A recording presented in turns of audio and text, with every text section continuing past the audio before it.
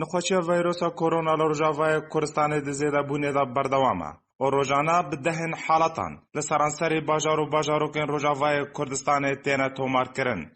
لگوری که دسته تندرستی سر به پیاده و ایروسی شمی بلاف کریا که دما 24 دم جمیرن بوری دا 19 حالتی نو هاتنه تومار کرن.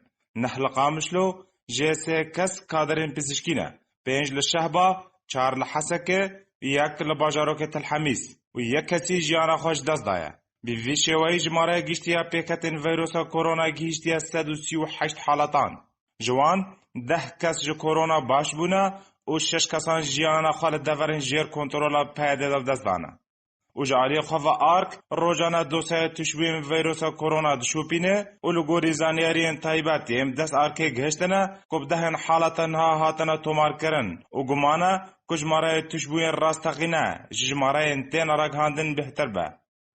تیزانین کب تنه 6 آلاوین پزشکی لروجاوای کردستانی هنه یهن کج آلی سروک حرما کردستانی با نیچروان برزانی وکا آلی کاری جه خلک روجاوای کردستانی را پیشکش کربو لپیده بتنه آلاوا باجار قامشو بکارتینه و پزشکین باجار کوبانی داخوازه با کارانین همی آلاوان دکه.